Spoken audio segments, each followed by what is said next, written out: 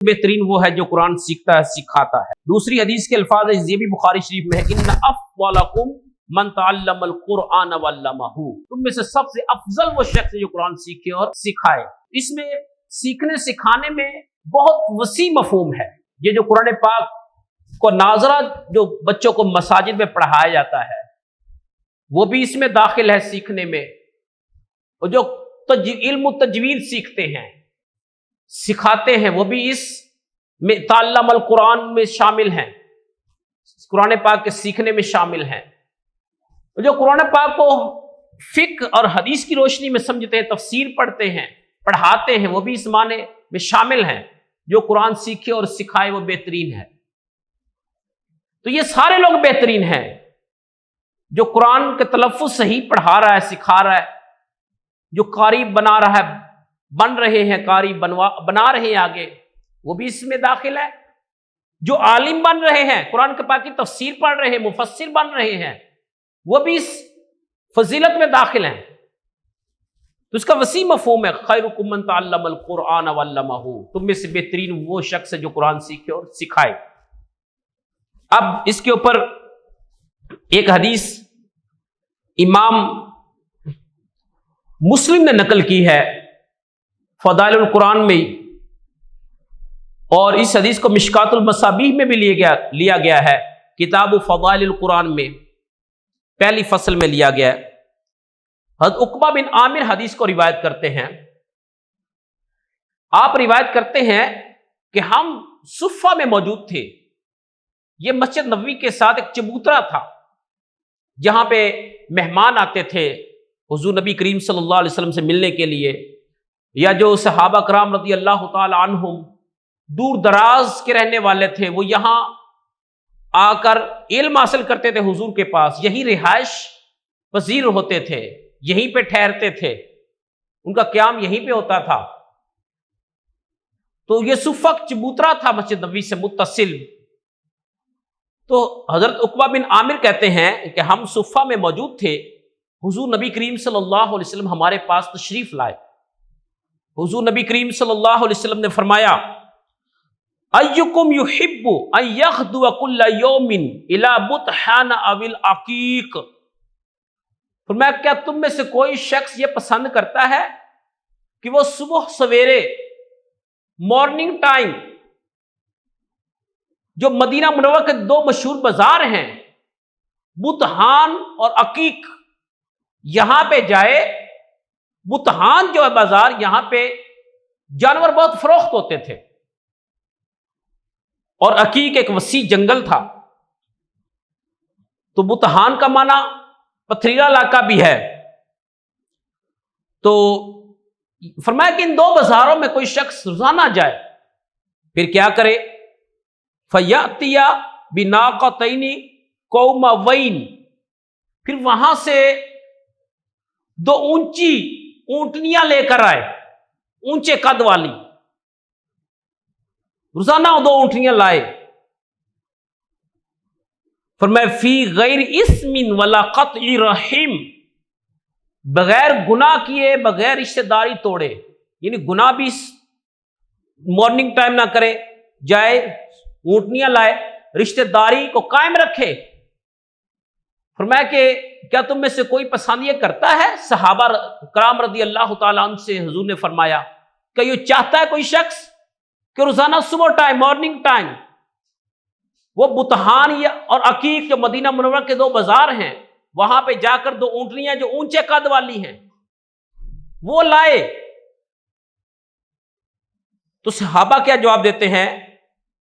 وہ کہتے ہیں کلنا نحب ذالک، صحابہ کرام رضی اللہ تعالیٰ فرماتے ہیں یا رسول اللہ ہم تو یہ سب چاہتے ہیں کہ دو روزانہ میں اونٹنیاں ملیں اونچے قد والی، ہم ان کے مالک بنے۔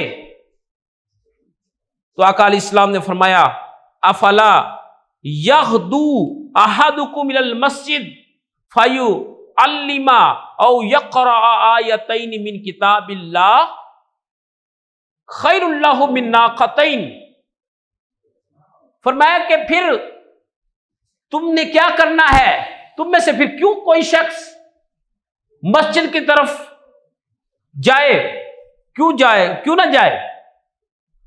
فرمایا کہ جانا چاہیے. افلا یغدو احدکم المسجد، فرمایا کہ تم میں سے ہر شخص صبح کو کیوں نہ مسجد چلا جائے. پھر وہاں کیا کرے مسجد میں؟ فَيُعَلِّمَ او یقرأ آیتین من کتاب اللہ، فرمایا کہ وہاں جا کے قرآن پاک کی 2 آیتیں سیکھ لے یا پڑھ لے. خیر اللہ من ناقتین، فرمایا یہ 2 اونٹنیوں سے بہتر عمل ہے. قرآن پاک کی 2 آیتیں سیکھنا پڑھنا، یہ جو 2 اونٹنیاں اس سے افضل ہے، بہتر ہے. وَثَلَاثٌ خیر اللہ من ثلاث، اور 3 اونٹنیاں، فرمایا کہ 3 آیتیں پڑھنا 3 اونٹنیوں سے بہتر ہے. وَأَرْبَعٌ خیر اللہ من اربع، اور 4 آیتیں پڑھنا 4 اونٹنیوں سے بہتر ہے. وَمِنْ أَعْدَادِهِنَّ مِنَ الْإِبِلِ، اور اسی قدر اونٹوں سے بہتر ہے. جتنی آیتیں پڑھو گے، 1 آیت پڑھی 1 اونٹنی 1 اونٹ سے بہتر، 2 آیتیں پڑھو گے 2 اونٹ 2 اونٹنیوں سے بہتر عمل ہے. جتنی آیتیں پڑھو گے اتنے اونٹنیوں سے یہ عمل افضل ہے. اب یہ اونٹنیوں کی مثال کیوں دی گئی؟ کیونکہ عرب کے اندر جو اونٹ ہیں، اونٹنیاں، ان سے عرب کے لوگ بہت محبت کرتے تھے.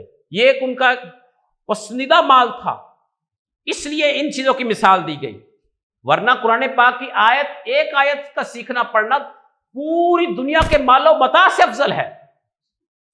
دنیا کے اندر جو شے ہے سب سے عظیم عمل ہے قرآن کی ایک آیت کو سمجھنا پڑھنا. لیکن اونٹنی کی مثال اس لیے دی گئی کیونکہ عرب کے لوگ اونٹنی سے بڑی محبت کرتے تھے، ان کا پسندیدہ مال تھا، اس لیے مثال دے کر سمجھایا گیا. جیسے اب نماز ہے، نماز جو ہے یہ تمام جو ہے چیزوں سے افضل عمل ہے، دنیا کے ہر شے سے افضل عمل ہے. لیکن دنیا داروں کو سمجھانے کے لیے جو فجر کی اذان میں الصلاۃ خیر من النوم کے کلمات پڑھے جاتے ہیں کہ نماز نیند سے بہتر ہے، کہ اس میں جو میٹھی نیند سونے والے ہیں ان کو سمجھانے کے لیے فجر کی اذان میں یہ کہا جاتا ہے الصلاۃ خیر من النوم، کہ نماز نیند سے بہتر ہے. حالانکہ نماز تو ساری دنیا سے بہتر ہے، دنیا کی ہر شے سے بہتر ہے، دنیا کے تمام مال و متاع سے بہتر ہے. تو یہ بات الصلاۃ خیر من النوم کے کلمات جو اذان میں پڑھے جاتے فجر کی، وہ یہ سمجھانے کے لیے ہیں جو میٹھی نیند سوتے ہیں، کیونکہ اس وقت یہ چیز انہیں زیادہ پسند ہوتی ہے، میٹھی نیند سوئے رہنا. اس لیے اس کی مثال دی. ایسے ہی عربوں کو اونٹنی اور اونٹ کی مثال دے کے سمجھایا گیا ہے کہ 1 آیت پڑھنا، فرمایا کہ 1 اونٹنی سے بہتر ہے، 1 اونٹ سے بہتر ہے. جتنی آیتیں پڑھو گے اتنی اونٹنی سے بہتر عمل ہے. ورنہ قرآن کی 1 آیت دنیا کی ہر شے سے بہتر ہے. اس میں بھی دیکھیں قرآن فہمی کی کتنی اہمیت اور فضیلت اس حدیث میں بتائی گئی ہے. اور اس کے علاوہ اور بھی حدیث موجود ہیں جس کے اندر ہمیں فکر دی گئی ہے کہ ہم جو ہے قرآن سے اپنا صحیح تعلق قائم کریں. صحیح جو ہے حدیث ہے سنن ابن ماجہ کے اندر، ابن ماجہ نے اس کو اپنی سنن میں المقدمہ میں اس حدیث کو نقل کیا ہے. باب فضل من تعلم القرآن وعلمہ. ابو ذر غفاری رضی اللہ تعالیٰ عنہ اس حدیث کو بیان کرتے ہیں. ابو ذر غفاری کہتے ہیں کہ حضور نبی کریم صلی اللہ علیہ وسلم مجھے فرمایا، یا ابا ذر، اے ابو ذر، لَأَن تَغْدُوَ فَتَعَلَّمَ آیَةً مِّن کتاب اللہ. میں کہ ابو ذر اگر تو صبح کے وقت قرآن پاک کی آیت سیکھ لے، خیر اللہ کا من ان تصلی 100 رکعہ، میں یہ 100 رکعت نماز پڑھنے سے بہتر ہے. یعنی 1 آیت کا سیکھنا، ایک طرف ہے قرآن پاک کی 1 آیت آپ سیکھ رہے، دوسری طرف کتنے 100 آپ نے رکعت نفل نماز ادا کی، اس سے یہ عظیم عمل ہے، بہتر عمل ہے 1 آیت سیکھ لینا. اب دیکھیں ایک آیت آپ پڑھیں صبح کے وقت، اس کو سمجھیں، کا ترجمہ تفسیر پڑھیں تو کتنا ٹائم لگے گا؟ 5 10 15 منٹ لگیں گے۔ قرآن پاک کی ایک آیت کا ترجمہ سمجھ لینا کہ اس میں اللہ کیا فرما رہا ہے۔ فرمایا یہ ایک آیت کا سمجھنا 100 رکعت نفل سے بہتر ہے۔ دوسری طرف اگر ہم 100 رکعت نفل نماز ادا کریں تو ہمیں کتنا ٹائم لگے گا؟ ہمیں کتنا ٹائم لگے گا؟ اس کو ہم کیلکولیٹ کریں۔ اگر کوئی شخص 3 رکعت میں 2 نفل پڑھتا ہے، اس کو پھر آپ 50 سے ضرب دے لیں، کتنا ٹائم لگے گا؟ 3 سے 4 گھنٹے لگیں گے اس کو 100 رکعت نفل پڑھتے ہوئے۔ خشوع و خضوع کے ساتھ جو پڑھے، تسلی سے آرام سے پڑھے، اس کو 3 سے 4 گھنٹے لگیں گے۔ لیکن فرمائی ان 100 رکعت نفل سے عظیم عمل کیا ہے؟ قرآن کی ایک آیت سیکھنا صبح کے وقت۔ آگے پھر فرمایا وَلَا أَن تَهْدُوَ فَتَعَلَّمَ بَابًا مِنَ الْعِلْمِ عُمِلَ بِهِ أَوْ لَمْ يُعْمَلْ۔ فرمایا کہ ابو ذر صبح کے وقت علم دین کا ایک چیپٹر پڑھ لینا، ایک باب سیکھ لینا، سمجھ لینا، چاہے اس پر عمل کیا گیا ہو یا نہ کیا گیا ہو۔ عُمِلَ بِهِ أَوْ لَمْ يُعْمَلْ، عمل کیا گیا ہو یا نہ کیا گیا ہو، صرف سیکھ لینا یہ کتنا عظیم عمل ہے۔ خیر من ان تصلی 1000 رکعہ، 1000 رکعت نفل پڑھنے سے بہتر۔ دیکھیں کتنا ہمیں قرآن و حدیث کے علم سے جوڑا جا رہا ہے، کتنی ترغیب دی جا رہی ہے۔ لیکن ہم لوگ قرآن و حدیث کو سمجھنے سے آج دور ہیں۔ یہ ابن ماجہ کی حدیث پڑھی میں نے، اور اس کے علاوہ ایک اور حدیث ہے امام دارمی نے سنن میں نقل کی ہے، کتاب الفضائل القرآن باب فضل من قرأ القرآن۔ عبداللہ بن مسعود رضی اللہ تعالیٰ فرماتے ہیں، یہ عبداللہ بن مسعود رضی اللہ تعالیٰ کا قول ہے، وہ فرماتے ہیں ان ھذا القرآن مأدبۃ اللہ۔ وہ فرماتے ہیں کہ یہ قرآن مجید اللہ کا دسترخوان ہے، یہ اللہ کا دسترخوان ہے۔ فَخُذُوا مِنْهُ مَا اسْتَطَعْتُمْ، سو جو تم جتنی بھی طاقت رکھتے ہو اس میں سے لے لو، اس میں سے دسترخوان میں سے لے لو، کھا لو۔ مطلب کیا ہے؟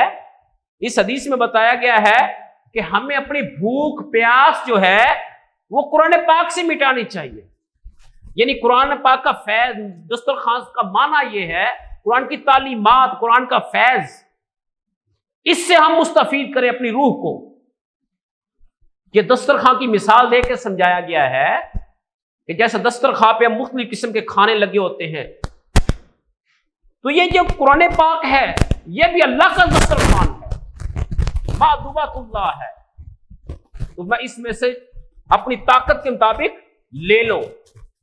یعنی یہ قرآن اللہ کا نور ہے، ٹھیک، اللہ کا فیضان ہے، اس سے ہم خیر و برکت حاصل کریں، اس سے نور حاصل کر کے اپنی روح کو غذا دیں، اپنی زندگیوں کو بدلیں۔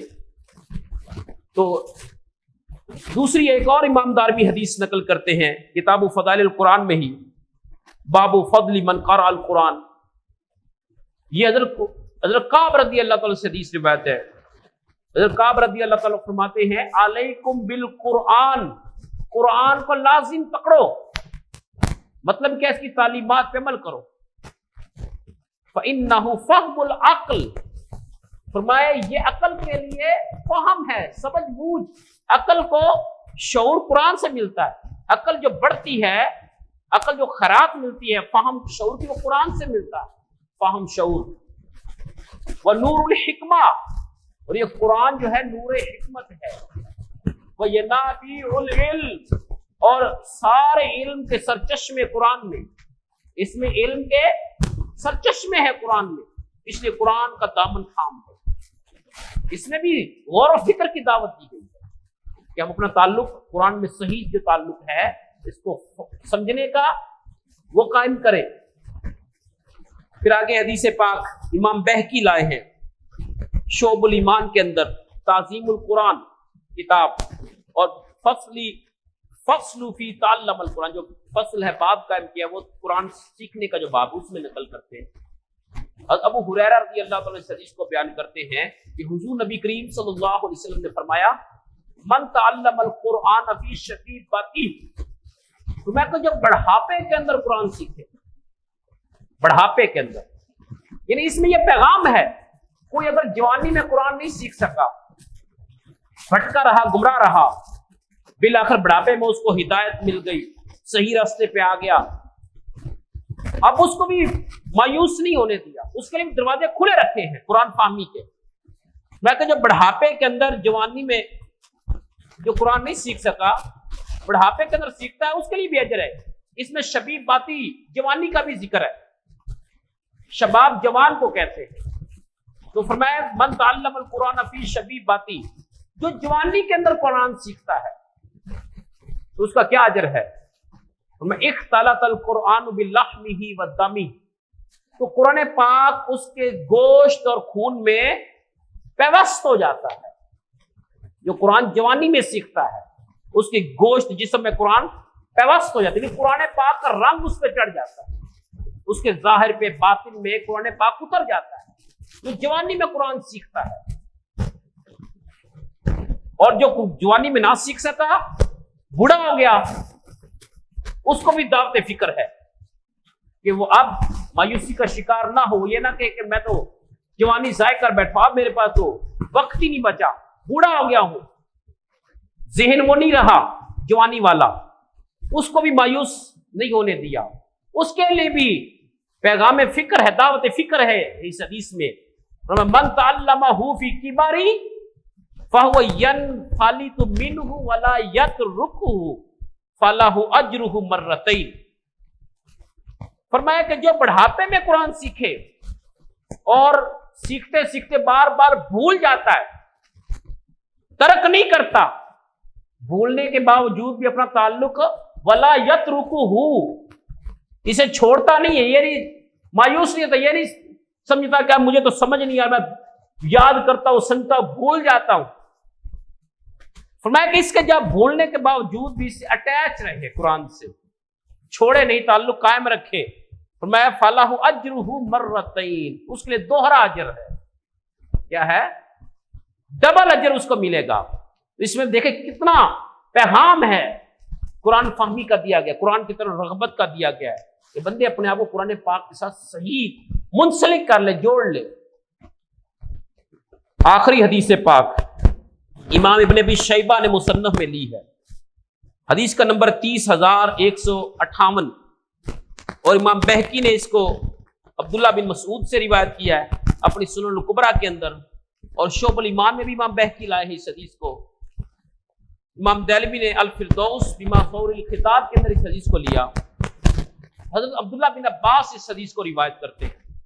عبداللہ بن عباس روایت کرتے ہیں کہ حضور نبی کریم صلی اللہ علیہ وآلہ وسلم نے مجھ سے فرمایا، اے ابن عباس، اذا قرأت القرآن فرتلہ ترتیلا وبینہ تبیینا۔ میں کہ عباس، اے ابن عباس، عبداللہ بن عباس، جب تو قرآن پڑھے فرتلہ ترتیلا، اسے ٹھہر ٹھہر کر پڑھنا، تیزی کے ساتھ نہیں پڑھنا جیسے آج ہم پڑھتے۔ ہم تو اس کوشش میں ہوتے جلدی زیادہ سے زیادہ پارے پڑھیں۔ جب رمضان شریف آتا ہے تو بہت لوگ یہ کہتے ہوئے سنے جاتے ہیں کہ ہم نے آج رمضان میں اتنے قرآن پڑھ لیے، کوئی کہتا ہے 5 پڑھ لیے، کوئی کہتا ہے 10 پڑھ لیے، اس طرح مختلف لوگ بتاتے ہیں۔ یہ اعتکاف میں لوگ بیٹھتے ہیں تو وہ بتاتے ہیں میں نے اتنے 5 پڑھ لیے، 10 پڑھ لیے، جتنے بھی ہو پڑھ سکتے ہیں، تیزی کے ساتھ پڑھتے ہیں۔ مقصد قرآن پاک کو جلدی ختم کرنا، یہ قرآن پاک اس لیے نہیں اتارا گیا کہ جلدی جلدی ختم کر کے پھر دوبارہ سے پڑھیں، مطلب اس کو غور و فکر اس میں کرنا ہے، اس کو سمجھنا ہے۔ تو میں کہ ابن عباس، جب بھی تو قرآن پڑھے، اذا قرأت القرآن فرتلہ ترتیلا، تو اسے ٹھہر ٹھہر کر پڑھنا ہے۔ قرآن کا بھی یہی حکم ہے سورہ مزمل کے اندر، ورتل القرآن ترتیلا، قرآن کو ٹھہر ٹھہر کر پڑھا جائے۔ اور یہاں حدیث میں بھی عبداللہ بن عباس کے ذریعے پوری انسانیت کو پیغام ہے، قیامت تک آنے والی انسانیت کو قرآن پاک کو ٹھہر ٹھہر کر پڑھا جائے۔ وَبَيِّنْهُ تَبْيِينًا، اور اس کے جو الفاظ و حروف ہیں ان کو خوب واضح کر کے پڑھا جائے، واضح کر کے، یعنی علم تجوید میں جو حروف کی الگ الگ مخارج ہیں ان کے ساتھ پڑھا جائے، اور پھر جو الفاظ ہیں ان کو کلیئر پڑھا جائے، حرف دوسرے سے جدا ہو، جیسے زال ہے، زا ہے، بود ہے، وہ ہے، ان کی آوازیں ملتی ہیں آپس میں، لیکن ان آوازوں کا فرق ہونا چاہیے، حروف کے جو الگ الگ پہچان ہو، اس نے کون سا حرف پڑھا ہے، پھر لفظ جو ہے پڑھتا ہے حروف سے مل کے لفظ بنتے ہیں، الفاظ بنتے ہیں، وہ الفاظ بھی کلیئر ہو، واضح ہو، تاکہ جو سننے والا اچھی طرح سمجھ سکے اس نے کیا پڑھا ہے، قاری نے، قرآن پڑھنے والے نے۔ اس میں بھی دعوت ہے قرآن پاک کے الفاظ کو، حروف کو خوب واضح کر کے پڑھا جائے۔ یہ نماز کے اندر بھی ہے، نماز سے باہر بھی ہے، لیکن بدقسمتی سے اس پہ عمل نہیں ہو رہا۔ ہم وہ حافظ تراویح کے لیے وہ رکھتے ہیں جس کی سپیڈ زیادہ ہے، وہ رکھتے ہیں، ہم دیکھیں قرآن پاک کے یہ اس کے خلاف جا رہے ہیں ہمارا مت۔ تو آگے فرمایا وَلَا تَنْصُرْهُ نَصْرَ خَلْ، پھر میں کہ اس قرآن کو رتی کھجور کے بکھیرنے کی طرح نہ بکھیر دیا کرو، وَلَا تَهُزُّهُ هَزَّ الشِّعْرِ، اور اسے نہ جلدی سے شعر کوئی کی طرح پڑھا کرو، جیسے بندہ شعر جلدی پڑھ جاتا ہے، میں ایسے قرآن پاک کو نہیں پڑھی، ٹھہر کر پڑھنا ہے، الفاظ و حروف کو کلیئر کر کے پڑھنا ہے۔ اور پھر آگے حدیث کے الفاظ ہے کیفو عند عجائبہ، اور اس کے اندر جو عجائبات ہیں قرآن پاک کے اندر، ان کے اندر غور و فکر کرنا ہے ٹھہر کر، قرآن کہتا کیا ہے، اس میں کیا کیا عجیب و غریب واقعات بیان ہوئے جو بندے کو جھنجھوڑتے ہیں، اس کو علم کا نور عطا کرتے ہیں، ان میں بھی غور و فکر کرے اور اس سے فیض حاصل کے اپنے قلوب و اذہان کو منور کرے۔ وَحَرِّكُوا بِهِ الْقُلُوبَ، اور اس قرآن کے ذریعے کو حرکت دیا کرو۔ وَلَا يَكُونَنَّ هَمُّ أَحَدِكُمْ آخِرَ السُّورَةِ، اور تم میں سے کس طرح صرف آخری کا نہیں ہونا چاہیے، یہ ارادہ نہیں ہو میں جلدی جلدی قرآن آخری صورت تک پہنچوں اور پھر شروع کر جلدی جلدی سے کرتا چلا جاؤں۔ وَلَا يَكُونَنَّ هَمُّ أَحَدِكُمْ آخِرَ السُّورَةِ، تم میں سے کسی کا بھی ارادہ تک پہنچنے کا نہیں ہونا چاہیے کہ جلدی میں قرآن ہو جائے، بلکہ کیا حکم اس میں غور و فکر کیا جائے اور تدبر کے ساتھ پڑھا جائے، غور و فکر سمجھ کر۔ اس میں دیکھیں آج ہم نے جو احادیث پڑھی ہیں اور 3 قرآن پاک کی آیات پڑھی ہیں اور 6 سے 7 احادیث پڑھی ہم نے، ان میں یہی فکر دی گئی ہے، فقط قرآن پاک کو رسماً نہیں